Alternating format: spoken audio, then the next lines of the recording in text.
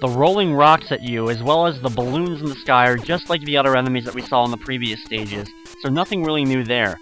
The hardest thing to deal with, though, is these guys behind these counters, as they throw out projectiles in different directions. So either jump in between them to get away from them, or grab one of the crosses if you can from one of the other enemies to easily run by them. The other enemy in this stage, there's weird slow walking, I guess would be clowns, or just as easy as any of the other soldiers that you've seen in the game.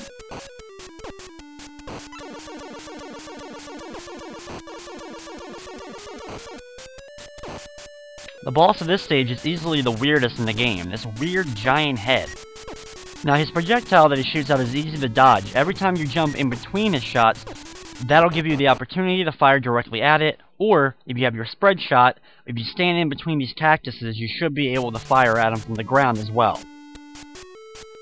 Stage 7 is inside this forest, and it's pretty much more of the same that we have seen already. You have some plant monsters that are on the ground, which are easily destroyed with just a couple of shots. The weirdest enemy, though, is these weird white sparks that slowly scroll up the screen. So just sit there and wait for them to slowly scroll up the screen and get past you. You can jump over them, but with the other enemies in the air as well as the ones on the ground, you may not want to risk accidentally jumping into one of those. When you get here, wait for the platform to come over, and then move over, probably the only tricky jump in the entire game.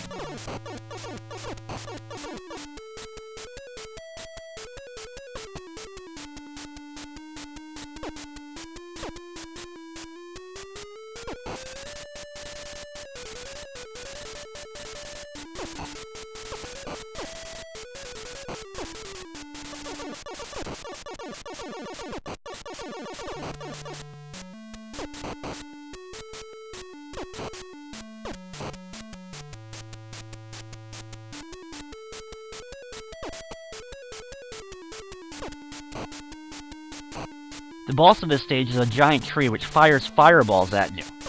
Once again, you can stand on the ground and fire your spread shot at it in order to hit it, or shoot at it directly once you're jumping in between its projectiles.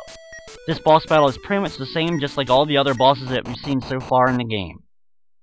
The final level of the game is actually just a boss fight. There's two sphinxes in the level, and they fire out a very large array of projectiles coming at you. Try to do your best to get underneath of it, and fire straight up directly at it in order to eventually defeat it. Once you defeat the first one, make your way over to the second. If you do take damage though, just stand underneath and keep mashing your fire button while you're standing directly under it, as you should have no problem dealing a lot of damage to it a lot faster than it can deal damage to you. You can see as projectiles move rather slowly, so you can actually maneuver underneath them or jump over them if you need to, in order to get to the right spot to do damage.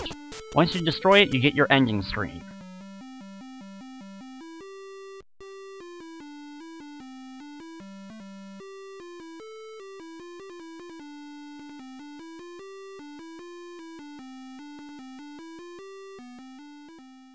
After your ending screen, it then goes right back to the start menu. Definitely probably one of the weirdest endings I've ever seen, as I'm not exactly sure what happened.